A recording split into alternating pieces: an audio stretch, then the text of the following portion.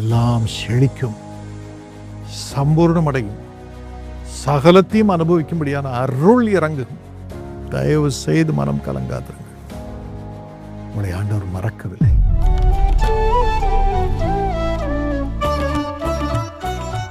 எனக்கு அருமையானவர்களே, உங்கள் மீது ஆண்டவர் இன்று ஆசீர்வாதமான மழையை அனுப்ப போகிறார். இயேசுவின் நாமத்தில் இந்த ஆசீர்வாத மழை பெய்வதாக, இவர்களை நிரப்புவதாக. இயேசுவின் நாமத்தினாலே நிரப்பும் சாமி, நிரப்பும். கண்ணீர் எல்லாம் மறையட்டும், ஆனந்த கண்ணீர் வடியட்டும். ஆமென். லேவியராகமம் 26:4. நான் ஏற்ற காலத்தில் உங்களுக்கு மழை பெய்ய பண்ணுவேன். ஏற்ற காலத்தில் பூமி தன் பலனையும், வெளியில் உள்ள மரங்கள் தங்கள் கனியையும் கொடுக்கும். I send you rain in its season and the ground will yield its crops. நிச்சயமாகவே உங்கள் வேலைக்கு பலனை கொடுக்கிறேன்.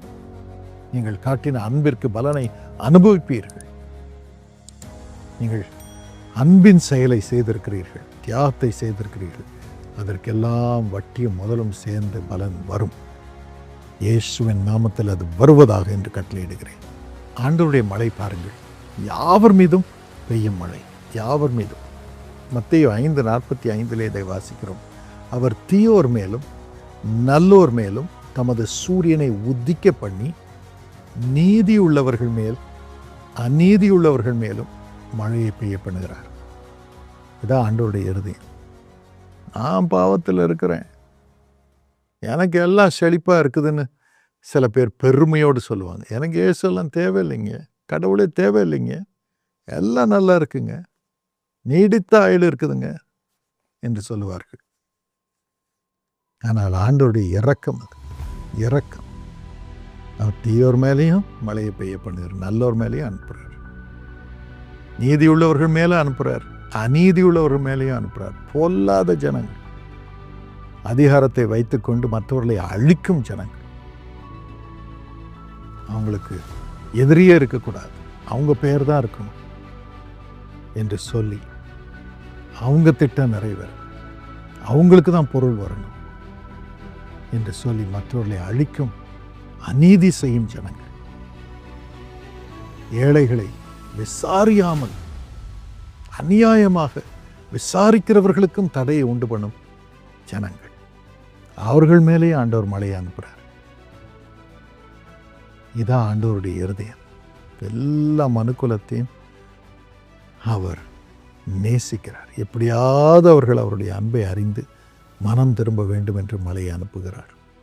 அதனால் நம்ம யாரையும் குறை சொல்கிறதுக்கு வழியே இல்லை, வழியே இல்லை. நாமும் அவரை போல எல்லாரையும் நேசித்து எல்லாருக்கும் ஆண்டவருடைய அன்பை கொண்டு வர வேண்டும். பயப்படவும் கூடாது, பொறாமைப்படவும் கூடாது, கோபப்படவும் கூடாது, எரிச்சல் அடையவும் கூடாது. அத்தனை பேர் மீதும் அவர் மழையை பெய்ய பண்ணுகிறார். நாமும் அன்பின் மழையை பெய்ய பண்ண வேண்டும். எப்போ ஆண்டவர் மழையை பெய்ய பண்ணுகிறார்? எல்லார் மேலேயும் பெய்ய பண்ணுகிறார். ஆனால் அவர் மழையை அனுப்பி க்ஷேமத்தை ஒருவர் அனுபவிக்க வேண்டும். மழை எல்லார் மேலேயும் பெய்யுது, ஆனால் நல்ல நிலத்தில் அது பெய்யும் போது, ஏற்ற சமயத்தில் பெய்யும் போது தான் அங்கே பலன் வருகிறது, விளைச்சல் வருது. மற்றவங்களே நனைஞ்சிட்டு போயிடுறாங்க. சில வேளைகளில் மழையை திட்டிட்டு போகிறாங்க, ஏண்டா மழை பெய்யுதுன்னு. ஆசீர்வாதத்தின் பலனை அனுபவிக்க தெரியல. ஆனால் யார் ஆசீர்வாதத்தை அனுபவிக்க முடியும்? 2 நாளாகமும் 7:14 வாசித்து பாருங்கள். ஆண்டவருடைய நாமத்தை தரித்து கொண்ட ஜனங்கள், இயேசுவின் பெயரை தரித்து கொண்ட ஜனங்கள், அவங்க என்ன செய்கிறாங்க? மழை பெய்வதற்காக தங்களை தாழ்த்துகிறார். ஆண்டவர் முன்னால் தாழ்த்துறாங்க, ஜனங்க முன்னால் தாழ்த்துறாங்க, அநீதி செய்கிறவர்கள் முன்னால் கூட தாழ்த்துறாங்க. ஜெபம் பண்ணுகிறார்கள். அப்பா நீர் பாரும். ஆண்டவருடைய முகத்தை தேடுகிறார்கள். யாருக்கும் பயப்படாமல் ஆண்டவர் முகத்தை தேடுறாங்க. தானியேல் அதை தான் செஞ்சான்.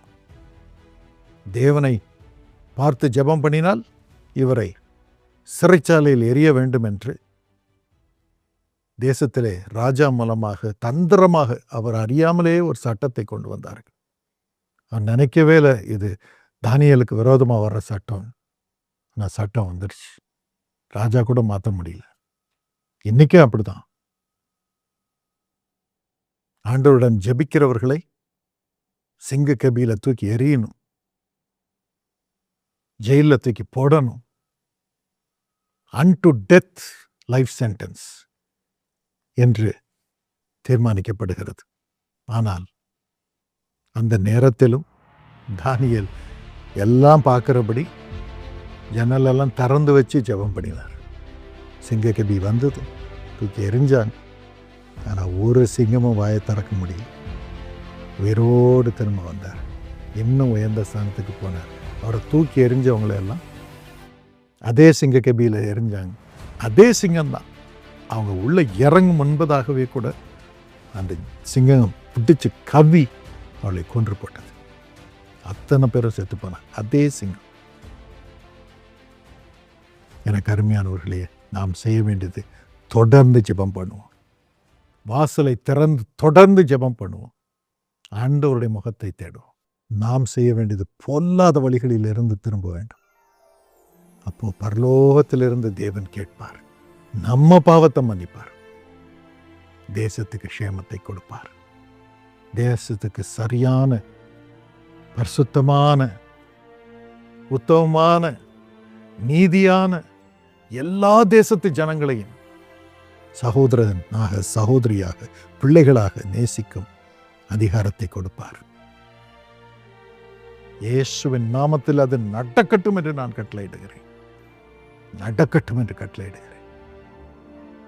ஆண்டவருடைய மழை பெய்யட்டும், தேசத்திற்கு க்ஷேமம் வரட்டும்.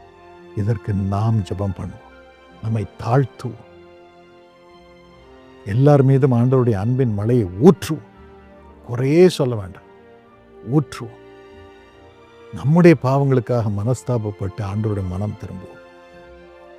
பரலோகத்தின் தேவன் கேட்பார்.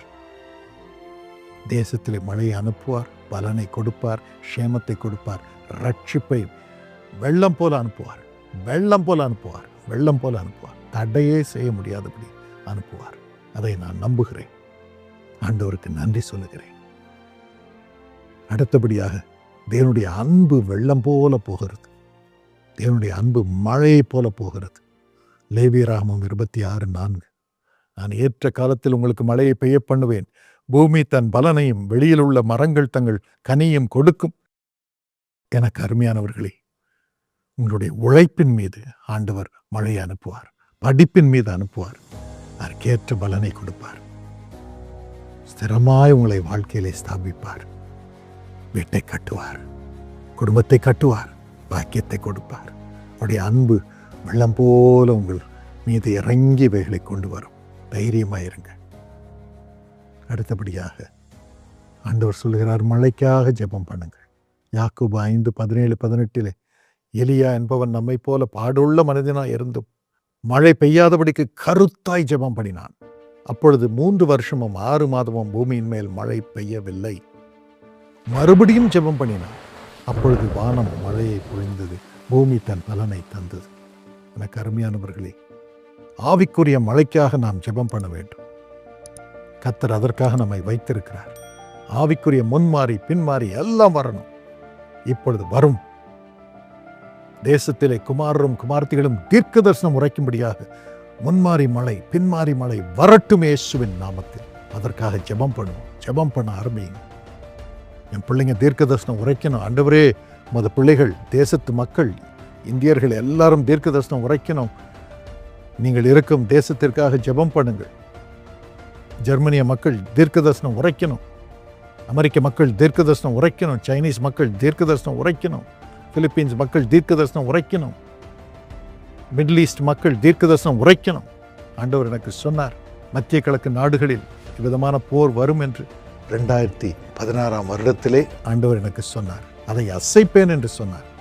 அந்த போர் வந்திருக்கிறது. அதன் பிறகு இஸ்ரேல் தேசத்தில் அது பரவும்.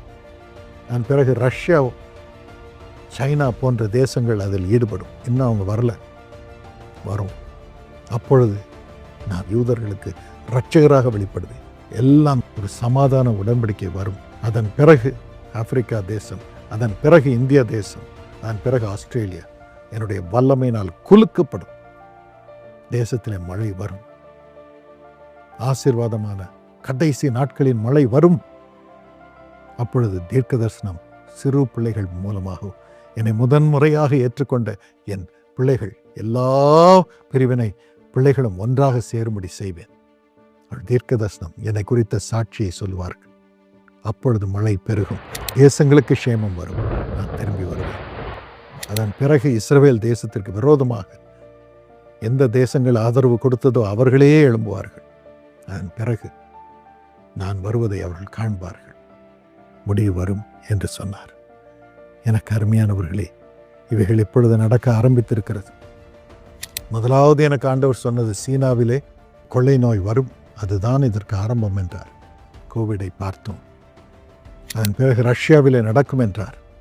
ரஷ்யாவிலே யுக்ரைன் நாடு போர் ஆரம்பித்தது. உலகமே எக்கானமி அசைக்கப்பட்டது. இப்பொழுது ஈரான், இஸ்ரேல், யுஎஸ். அதன் பிறகு இஸ்ரேலில் எல்லா தேசங்களும், எதிரி தேசங்கள் எல்லாம் சமாதானம் பண்ணிக்கொள்ளும். அப்பொழுது எருசலேம் நகரிலே, சீயோன் மலையிலே கர்த்தருக்கென்று தலைமையகம் ஸ்தாபிக்கப்படும்.